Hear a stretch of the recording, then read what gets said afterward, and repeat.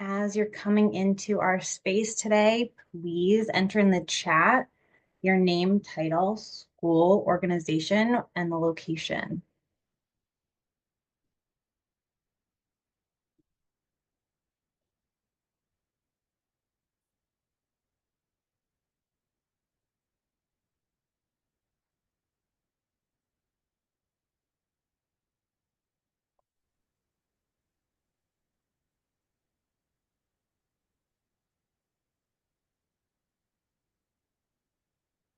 Hello.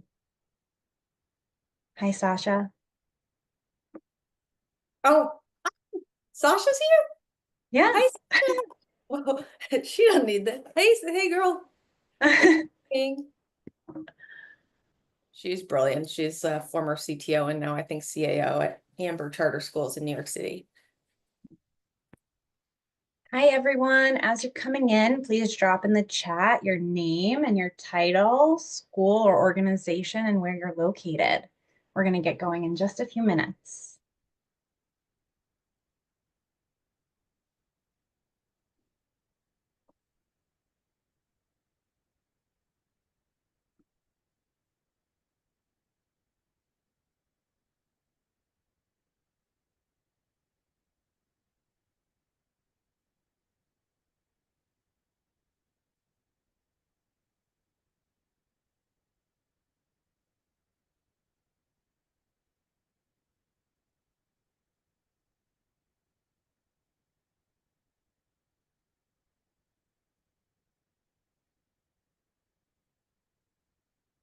Hi, Lily.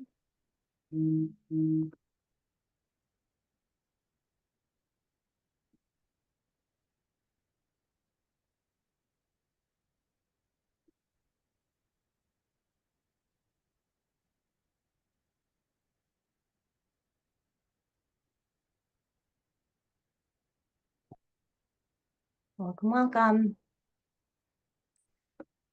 All right, we're going to get going in just a minute or so. While you're entering, please drop your name and your title, the school or organization that you work for, and where you're located.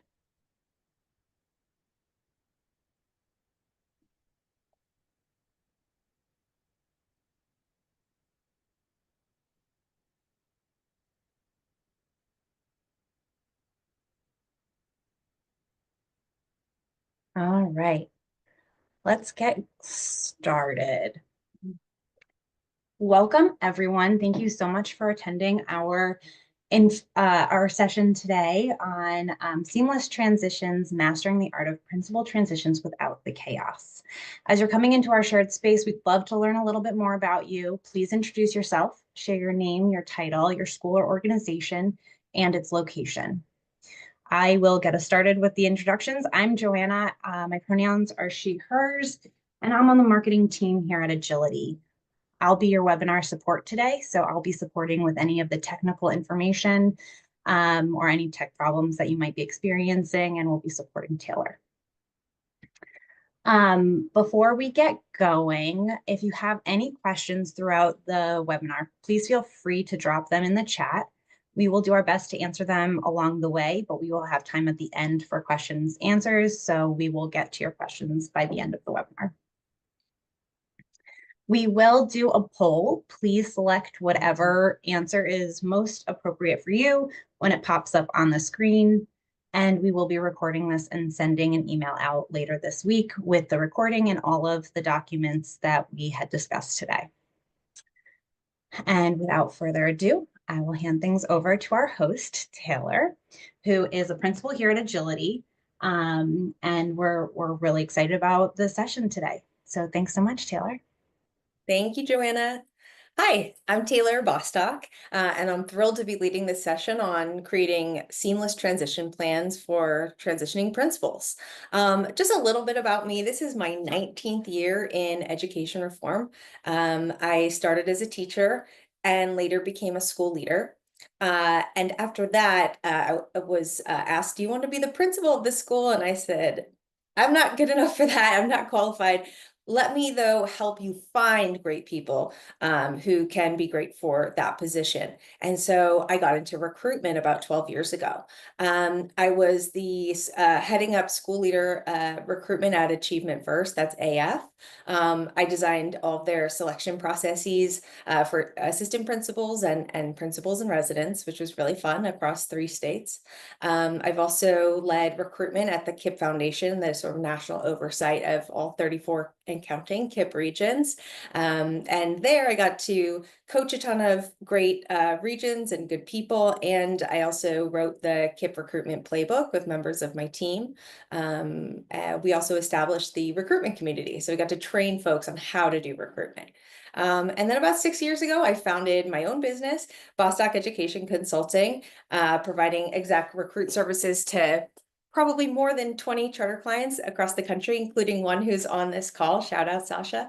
And just for context, I live in Los Angeles and with my husband, who's also an educator. He is a former school leader, now superintendent, and our dog, Bodhi. Okay. Just want to tell you a little bit about who we are. I joined Agility in July. I want to be able to share a couple of things about Agility with you. So we really believe, and the reason I joined Agility is that with the right leaders and talent systems, equity can be achieved. We really believe if you place equity-minded leaders in equity-centered systems, you're going to be able to build a leadership bench that's truly reflective of the communities we serve. And as I mentioned before, that's why I do this job. I believe that school principals are the most important unit of change in a school building. I've seen that time and time again. So being the person who has the opportunity to locate leaders, interview them, and help them find a great home is really an honor and a privilege for me to do at this job. All right. A couple of things about our services. So we offer 3 different service lines. One, we place exceptional leaders. That's what I do with executive search, recruitment campaigns, and then we also provide some transition support for principals. The second thing we do is work on closing wage gaps. And then the third thing we do is redesigning talent systems. We look at talent philosophy development, performance management, redesign, CEO evaluation, and more. So if it's something that is of interest to you, we'll be happy to answer questions at the end or support you in meeting somebody who works in one of those areas. And then just lastly, Agility is a nationally recognized firm serving nonprofits and schools across the country. And we have a particular focus on doing mission-driven work. That's why you'll see some of the schools that we've partnered with on the right-hand side. And I'm pleased to be able to work here and to have this platform to talk to you. Okay, let's get into it. So we want to get a sense of your experience with leadership transitions. Oops. So we'd love for you to rate this statement. I have experience managing leadership transitions. I have experience managing leadership transitions. Okay, it looks like a few people strongly agree. Some agree. Okay, we have neutral. We got one person disagrees. Great. This will be a great opportunity to learn. Perfect. Okay, thank you so much. That gives us a helpful kind of dipstick of who's on the call. Let's get into the session. One thing you should know before we jump in, and Joanna, can I exit this? I think. I closed out of the poll. Oh, thank you. Okay. Yep. I think it's still on my screen. Oh, got it. Okay. So one of the things that you should know about me is that I'm a former high school English teacher, like 100 years ago when I was 22 years old out here in Los Angeles in Watts at Locke High School. I'm very, very blessed to be able to teach there. You'll notice though that I kind of use my teacher style during presentation. So though I go by Taylor Bostock now, you really can think of me for this session as Miss Rifkin. I'm bringing Miss Rifkin back. And so bear with me as I use things like timers, checks for understanding, chat, even cold calling during our session. Okay, our objectives are, let me go back. Sorry, oops. Okay, here's our objectives. And you'll see too, I have a session plan, just like a teacher would bring a great lesson plan to the table. So two things we're going to do today. First, we're going to identify components of a great transition plan for principals.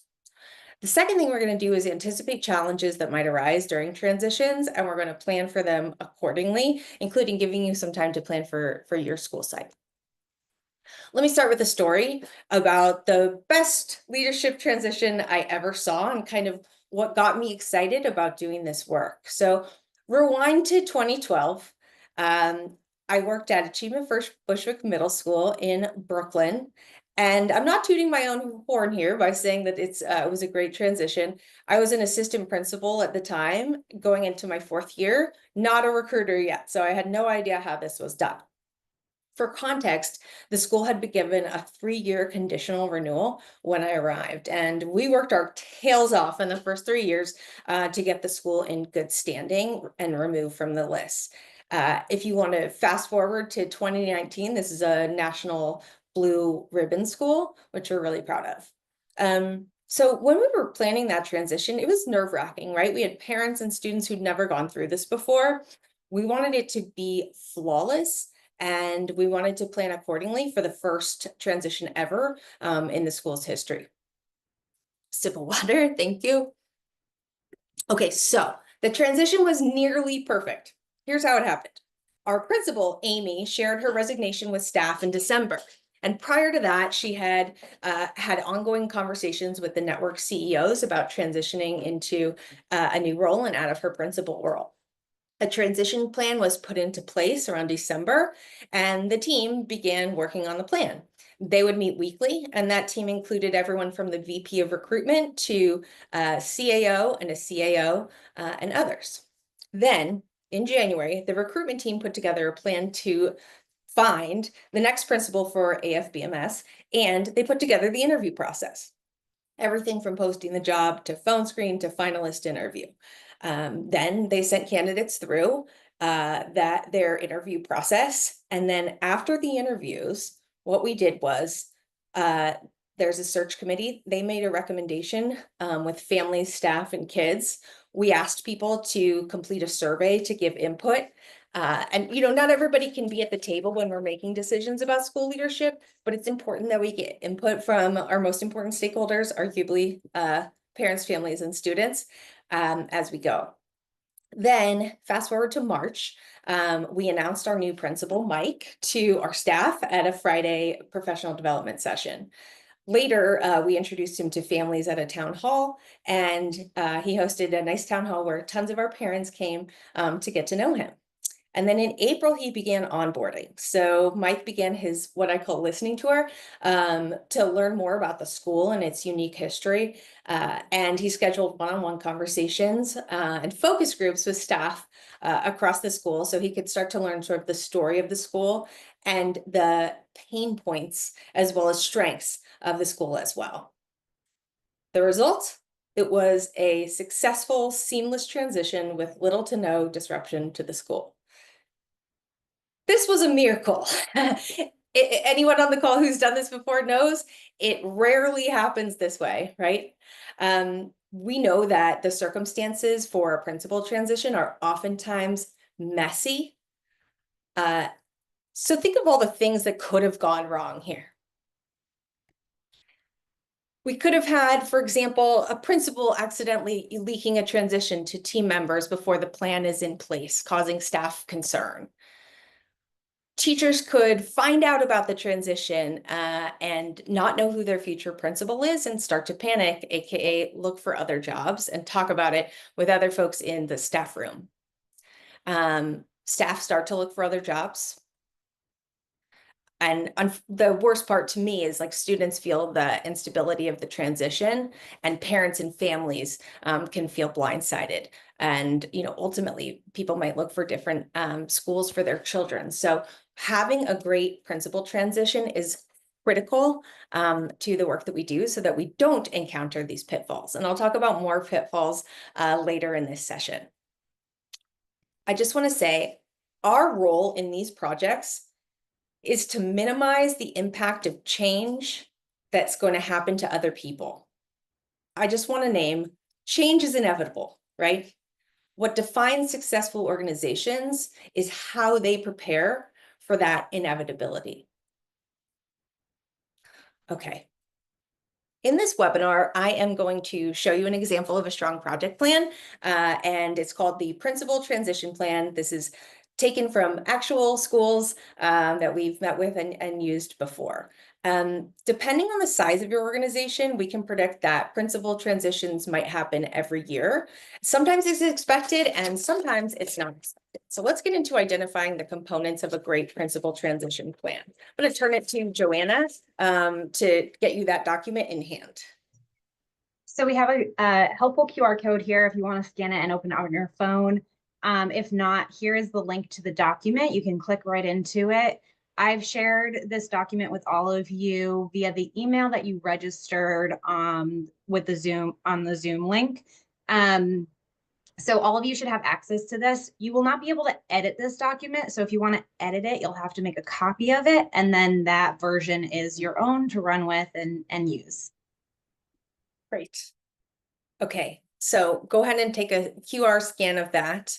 And it's also in the chat if you want to click on that. Like she said, we'll give you a version of the document that you can customize or tailor, no pun intended, for your school. Okay.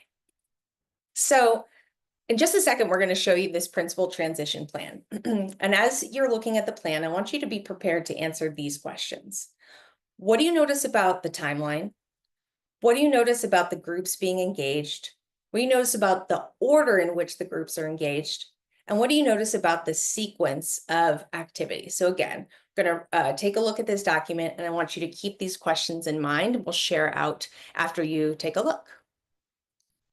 So let me get in here and show you what it looks like. So here you can see, this is our principal transition plan.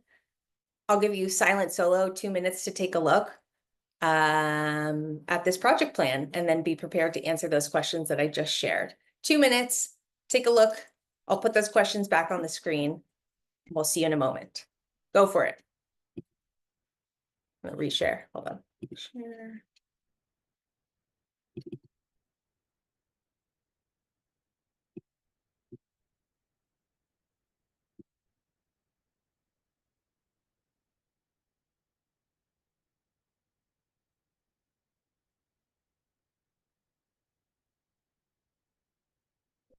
And just a note, I've placed the questions on the screen for you in case you want to take a look.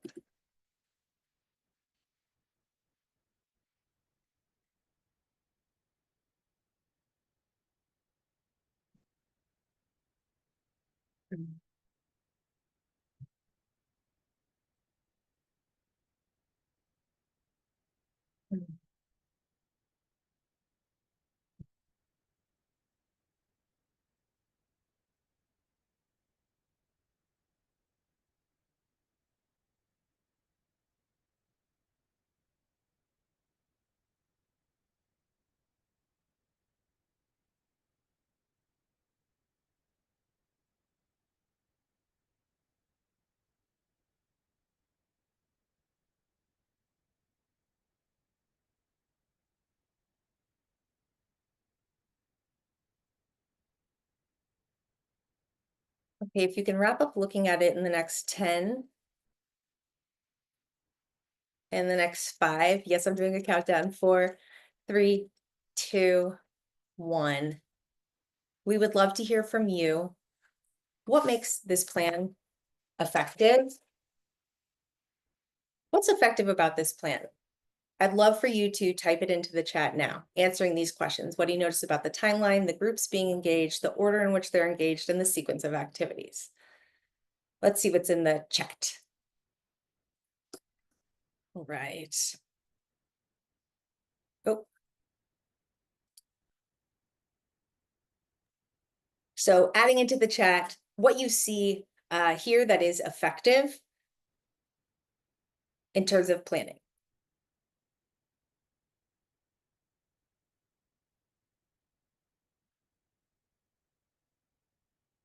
Okay, so some things that I'm hoping that you notice are as follows. Oops, I think we've got A few people in the chat. Perfect. Thank you. Danielle says there's multiple methods of communicating: newsletter, email, PD. That's right. We tell people, we tell them, and we tell them again. That way no one can say, I didn't know about this. Thank you, Danielle. That's great. Marie says it starts internally before external activities, considering all important stakeholder groups. That's right. We really want to be mindful of who we're engaging and in what order.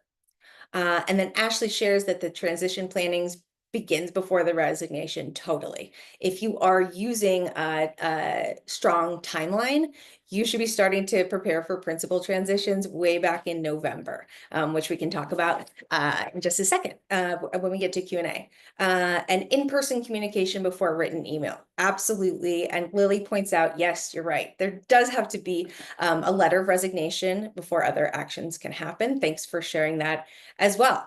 Okay, so a lot of people are picking up on the communication, the sequence of activities, who we're telling in what order. That's great. Here's what I'm hoping that you will pull out. So when I think of it, here's what I see in terms of strategic attributes. You see milestones with dates attached. Those are key dates by when we're going to have something completed, and people are really relying on that timeline for communication. You'll notice too that it balances operational and adaptive needs, both like communications to parents, things that might come up throughout the time we're together.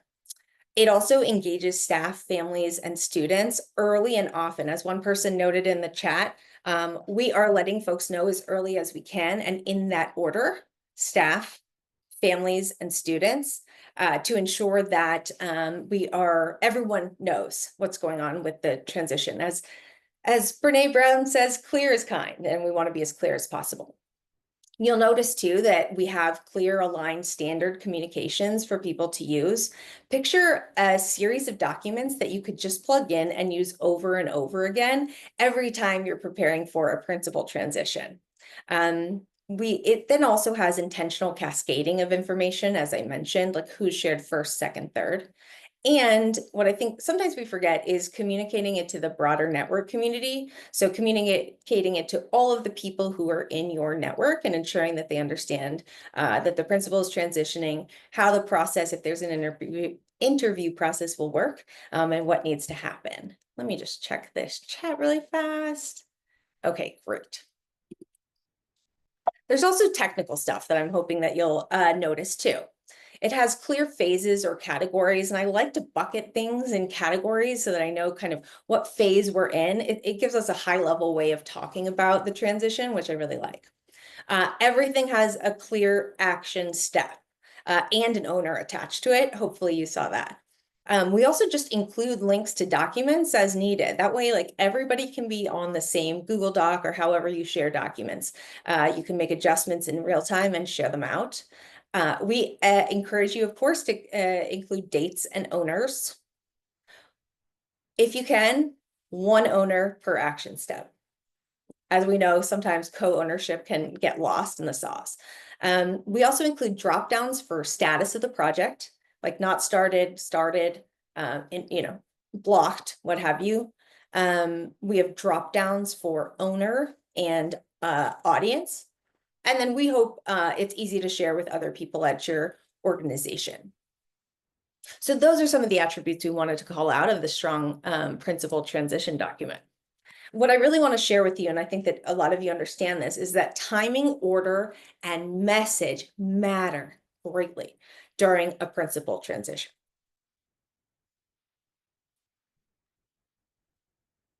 Okay, I'd love for you to reflect and type into the chat your response to this question.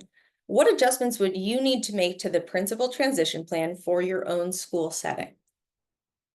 What adjustments would you need to make for your own school setting? Go ahead and take the next 1 minute to type your responses into the chat and we'll share some out. And I'll have a sip of water.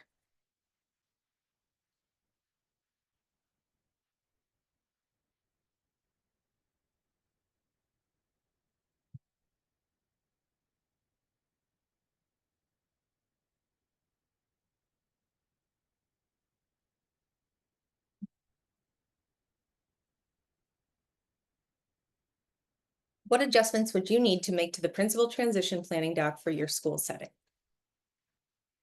Go ahead and type those into the chat.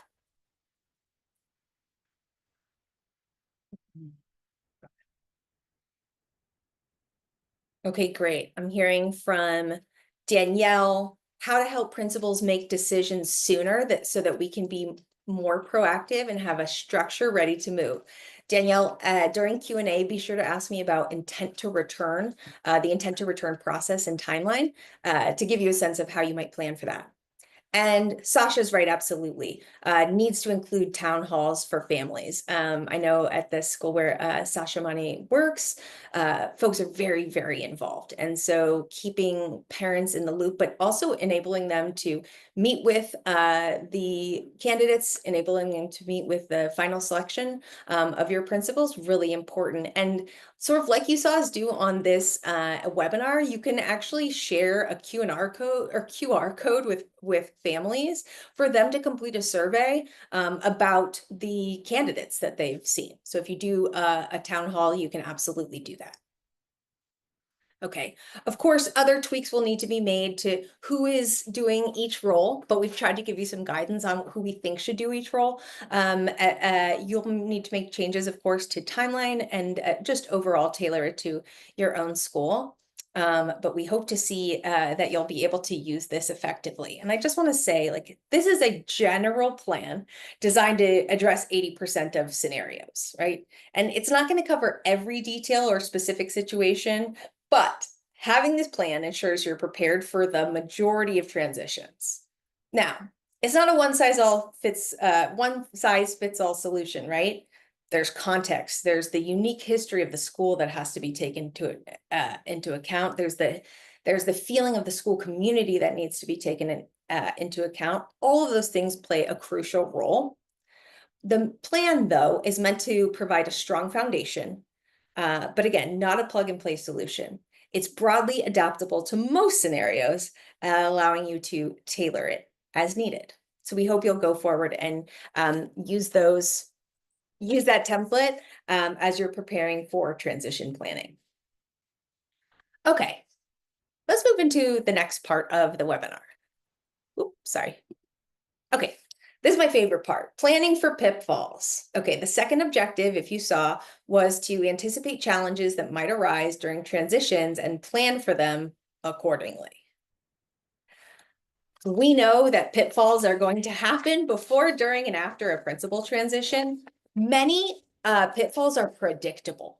So I want to share, and if they're predictable, we should be able to plan for them in advance. So I'm going to share some of the most common pitfalls I've seen that can happen during a principal transition and what I would do about them if I were in charge of recruitment. Then I'll ask you to share pitfalls that might arise at your school and how you'll plan for those pitfalls as well. And if you have additional ideas as I'm sharing, feel free to put them in the chat. We would love to hear from you. Again, the way I would approach it is not necessarily the way everybody else would approach it. And that's what makes recruitment so fun. All right, so pitfall number one, poor timing. So imagine this, you were under the impression that your principal would remain for the next school year. However, in late April, she informs you that she's decided to pursue a PhD program in another state. Although she had been considering this opportunity for some time, she hadn't disclosed it to you until now. I know that there are several folks on this call who have dealt with or may be dealing with late in the game resignations. It happens. Here's what I would do. First off, I would adjust the timeline and key milestones to meet the new set of plans. So everything that was happening in January is now happening in April, May, and June. Second thing I would do is build a pool quickly. And to do that, I'd actually use candidates from past candidate pools. So I would consider external candidates, people who have interviewed for AP or principal jobs before, including what I would call silver medalists from past searches, folks who were like a runner-up.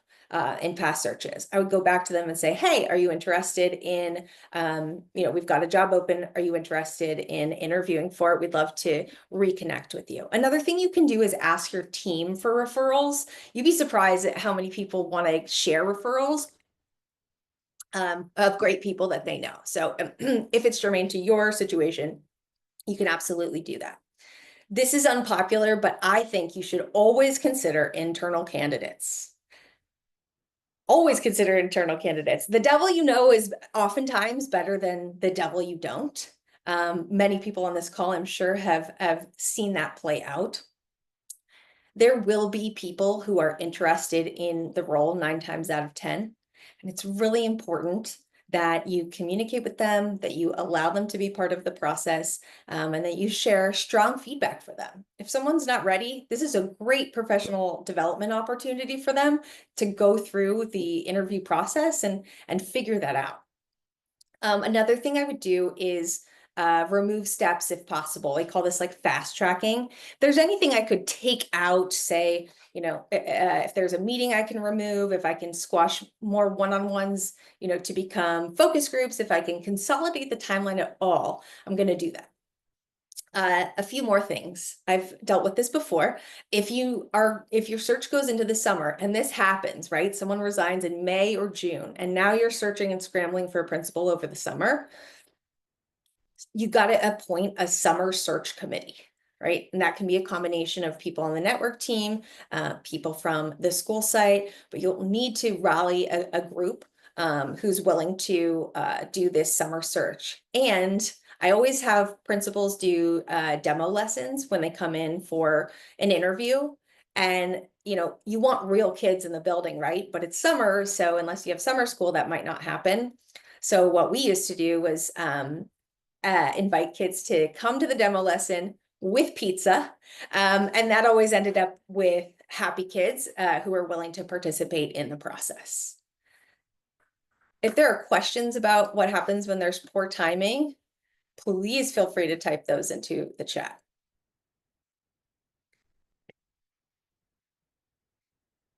Okay. Here's the second pitfall. And I think this one is what people really fear, but you shouldn't have to. Unhappy staff, right? When staff are told about the transition, folks get frustrated. So imagine this situation. The staff are told about a transition and they feel very frustrated, blindsided. They loved their current principal and they're afraid someone new might be disruptive to the school. I'm actually working on a project where this is the issue. And as such, they want to be involved in every step of the process. Okay, well, first, we know that it's not possible. Oh, great. Marie, let me come back to that question. First, we know that it's not possible to make everyone happy, nor is it possible to ensure that everyone is part of the process. The nature of an interview process is such that you'll have stakeholders involved, families, students, teachers, staff, but not every single person will be able to participate. And so it's really important to do a few things. One, acknowledge the principal's legacy. People want to hear you say, this principal has been fantastic for our school for X, Y, and Z reasons. It's important that they hear from you as a leader, what made this person great, so that they can all kind of rally around that idea. Like, yeah, we really did love that principal, and their legacy will live on, and we're going to help make that happen. The second most important thing with staff is to clarify roles and responsibilities. You can use a decision-making model like Rapid or Mocha. And really what you want to do here is ensure that the staff know how they're going to be involved in the search, and they know that they'll be able to share input in the search. So if you're using a survey, for example, I'm happy to share what that looks like. After staff meet with the principal, you can kind of show them, here's the survey that you're going to complete, and make the decision. Be clear, though, that ultimately the teachers are not the deciders of who is placed in the principal seat. Usually it's a combination of whoever's on the search committee, right? CEO, CAO, CTO, etc. Make that really clear though, because that can get dicey. The next thing is just share regular communication updates and milestones in the search. When you meet with them to clarify roles and responsibilities, to acknowledge the legacy, say, this is when you can expect communication from us, and deliver on that timeline. Lastly, a lot of us have this. I can think of a few people in my head. You always have a squeaky wheel, right? There's always someone who is very, very frustrated and vocal about that. And hey, that's their right to be frustrated and vocal. And they are responsible for being a pillar that holds up the school through this transition. And that is really important messaging to share with someone. So what I've done in the past is take the squeakiest wheel, the person with the most opinions, who's most frustrated. I take them offsite for a coffee or for a walk. And I say, tell me about your concerns. Tell me openly. And I listen. You just listen. Even if it's like, oh gosh, I mean, I knew you were going to say that, or it seems small. Just listen. People want to be heard. All the leaders on this call know that people want to be heard. Then I want you to talk about the importance of being a pillar or foundational during transition, and explain what you expect of this person during the process. Joanna, you've been here for 5 years. You are our longest standing social studies teacher. So many staff members are going to be looking to you to see how they should react to the principal transition that's upcoming. I want you to come with a super positive attitude, excited to learn more about the candidates who are here. And I want you to keep in mind, like, this is the future of our school, right? So you need to be a conduit for helping make that change. So imparting that upon staff members, the trickiest ones, you may have to do a couple of coffees offsite. It is really important. We do not ever want to be scared of our staff. We do not want to fail to make a decision that would be great for kids because we're afraid of how staff will react. We have to do what's best for kids in any and all situations. And sometimes that means a few people will leave. Okay, we'll replace them. And the beauty of that is that you can actually have the new principal running interviews and putting new folks in place. Okay. Any thoughts about pitfall number 2, or any notes from the folks who are in the webinar?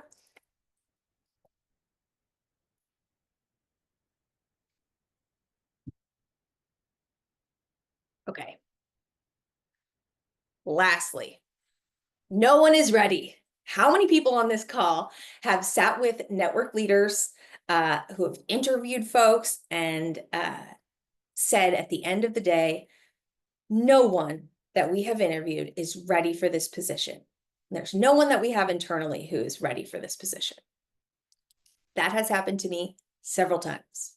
There are several things you can do. The first is dispel the myth. It is not true that no one is ready for the role. I really believe with the right will, the skill can be taught. So dispel that myth and be vocal about it. Second thing to do is build a bench. We're always thinking about, as recruiters, building bench depth, or like the number of people who can come through, who could be qualified to be an assistant principal or principal. Continue to build that bench. Look back at that bench to see who could be ready.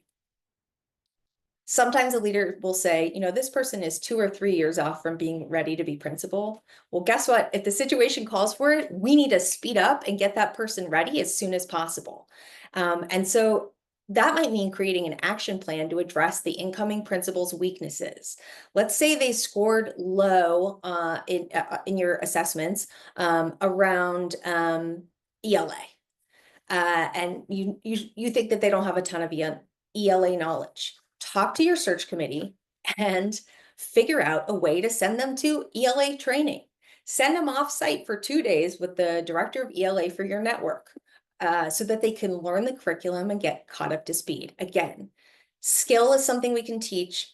Will is something we can't, which gets to my last point. Never appoint a reluctant principal. I can't specify this enough. I can't stress it enough. Never appoint a reluctant principal. That's like, think of the times when you've had like a teacher that you have to call on to move into a principal seat. They do it reluctantly. They do it for the school. I'm thinking about somebody that I have worked with in the past who's in this position, and she can't wait to get out. When someone is principal, that's got to be the number one thing and like the only thing they want to be doing in this world. Now you can convince somebody as much as you can, but at the end of the day, please acknowledge when someone does not want the job or is reluctant that you're going to need to pivot. Okay. One other thought I had around getting creative, like let's say someone's coming in April, have them for 2 days, 3 days a week in May and June, shadow the top performing principal in your network, or at another school and an adjacent school. That is the best way, like through osmosis and observation, is how somebody is going to ramp up their skills really quickly. So again, get creative with all that. Okay, that comes to the end of the webinar, but I do have this question for you. What is one pitfall you can predict will happen at your school, and what will you do about it? Type your answer into the chat, please, in the next minute. What is one pitfall you can predict will happen, and what will you do about it?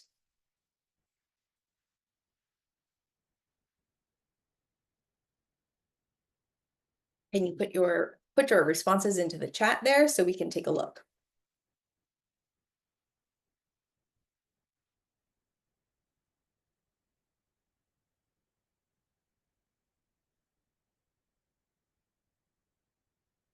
Okay, perhaps you want to share the questions during Q&A so we can pause here.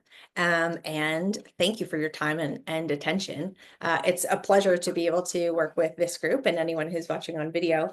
And now we want to offer up some time for questions. So what questions do you have for us? You can type into the chat or raise your hand, and we will invite you to come off of mute and into the Zoom. Okay. Right. A teacher. Okay. Yes. Okay. So Marie's point, which steps would you recommend removing and which shouldn't be shortchanged at all? This will vary, like you don't want to kill sacred cows, right? So this will vary depending upon the school that you are working at or working with. Sometimes like what I try to do is accelerate the process, the interview process of building a pool. So that might mean we're moving people at a much faster pace through video interviews, through phone interviews. Maybe we are truncating or not giving at all the pre-work that we were planning to give, and we're switching it up instead to a scenario or something that people can do on the spot. So I would try, Marie, to remove steps in the interview process if you can. The things that should never be shortchanged are all of the communication, a deep dive into the principal's strengths and areas of weakness, and to me, the town hall pieces, unless this is something you've got to do behind the scenes, I think those are really critical pieces that I would not give up. Hopefully that's helpful, Marie. Okay. Sasha's pitfall, a teacher or parent's number one choice will not be selected. We will hear them out to ensure that they have some time, that they have some shoulder to shoulder time when the principal starts. I love that. You know, I know that how, by the way that Sasha leads, that she'll do those kind of coffee chats, I bet, with parents, families, and teachers to kind of let them air out their grievances. They're concerned that the person that they love wasn't picked, to hear them out, to explain why that person wasn't selected, what you're seeing in the new person, and really just saying, hey, can you get on board with this? Like, we are moving forward. We want to row together. Can you get on board with this? Would be great. Joanna, do you mind reading this next question for me so I can have a sip? Yeah, of course. So Danielle asked, what advice would you give if you haven't yet launched an intent to return survey and want to ensure that we have a clear picture of principal retention likelihood, and it happens to be January 28th? Background, we've seen a lot of change this year, including many new network and school-based leaders. That's a really good question, Danielle. The timing of intent to return is critical. When we say intent to return, we mean getting people to tell you whether or not they're coming back. There's not necessarily, it depends on your school context, a contract signed, but we do have people complete surveys to let us know whether they're attending. And then if you want to work with me further on this, I actually can help you structure who to talk to first, second, third, when you see how your staff is feeling about the transition. If you haven't yet launched an intent to return, here's what I would do. I would gather your superintendents or C levels. I would tell them, it is urgent that we find out by insert date here.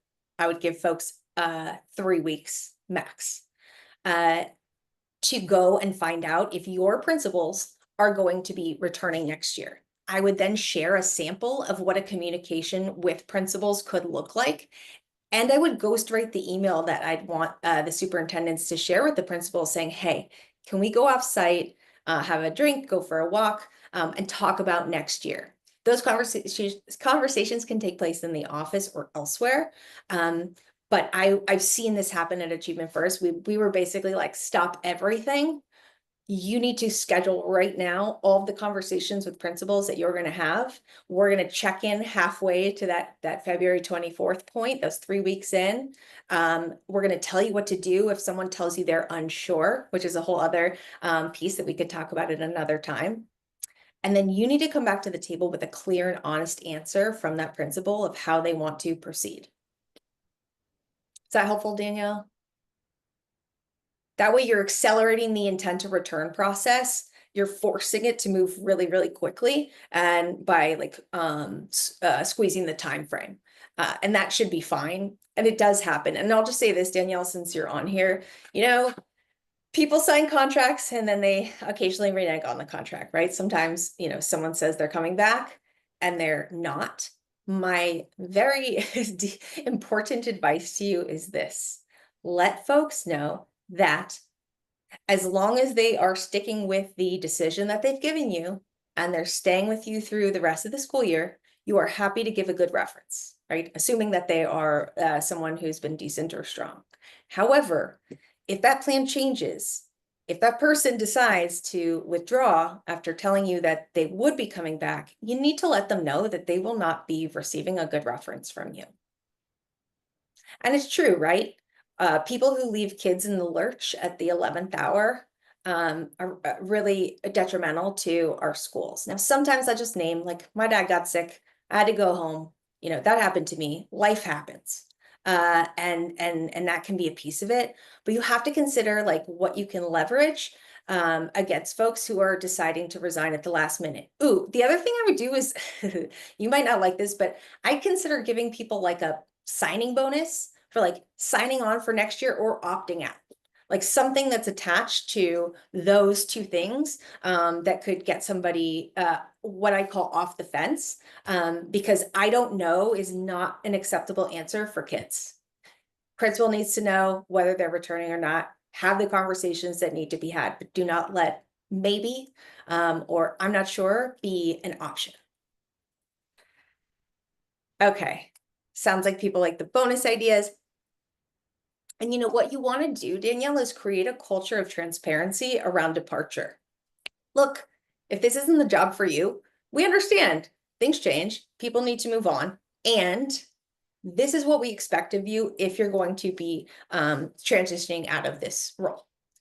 We know life happens, things can come up that make it really hard to stick with the plan. And here we have a culture of transparency about returning. Where I worked at Achievement First, we were talking to people a year in advance. We were then having first conversations in October to say, how are you feeling? What are you thinking? Not sure yet? Follow-up conversation November 1. Still not sure yet? Got to tell us mid-November so that we can make a decision as to how to proceed. And we really wouldn't let it go longer than that. Now, some people will try to game the system and say like, well, I'm not sure, I just need some more time, etc. What you need to say to that principal is, you are effectively like, I'm putting because you cannot make a decision, because you haven't made a decision, we are going to post the role. We're going to post the role. We're going to gather candidates. We're going to start interviewing people. Now, if we meet somebody to whom we want to make an offer, we're going to come back to you and give you what we call the right of first refusal. I just love this because you could build a pool. The principal isn't sure what they want to do. You build a pool. Tons of interviews happen, and they decide whether they want in or not. You come back to that principal and say, "Look, we're planning on giving an offer to John. Do you want this job? Yes or no? This is your moment to decide." And I'd have a contract ready. If you do contracts, I'd have a contract ready for them to sign in that moment as well. I hope that's helpful. Are there any other questions we can answer? You're welcome to come off mute or put them into the chat. Those are great questions. Thank you.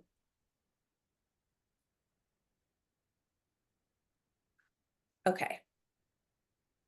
I love when things end a little early, so let me turn it to Joanna for next steps.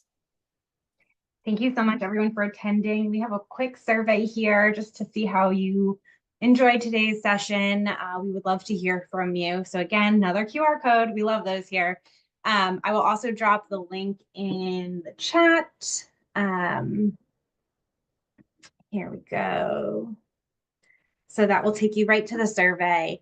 And Taylor, if you go to the next slide, we just have all the ways to get in touch with Taylor. I will drop those as well in the Some people chat. on this call have my phone number. Yeah. We will send out all this information in the follow-up email, so you will have ways to connect with Taylor, and also have the recording of this session so that you can rewatch any parts. If any questions come up after the fact, we would love to hear from you. Please reach out and let us know.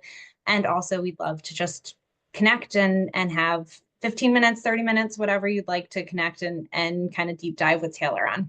Yeah. And let me So say, oh, I'd love to help you with your principal searches. If you have upcoming principal searches or vacancies that you know of, and you feel like you need support on how to run that process, how to find people, etc., reach out to me. We would love to be able to support you in that. And one of the great things that we do, and then I'll be quiet, Joanna, is I can create a plan that enables you to interview both your internal candidates and your external candidates simultaneously, so that you can then really decide who is right suited for the role. So if you're having principal transitions, or if you just want to talk about like a situation that you're not sure what to do with, definitely contact us. I always tell people like 15 minutes is easy, won't kill you, and that's the time that you'll be able to get on my calendar. All right. Anything thank you else? so much. Okay. We appreciate you being here. And Taylor, we appreciate your expertise in this knowledge. So thank you so much for sharing with us today. Oh, I'm so glad. Okay, I hope that's helpful. And if this is something that's useful and you'd like to see more materials related to it, more advice, let us know. We're always creating webinar content. Thanks, everybody. Have a great rest of your week. Take care. Bye-bye.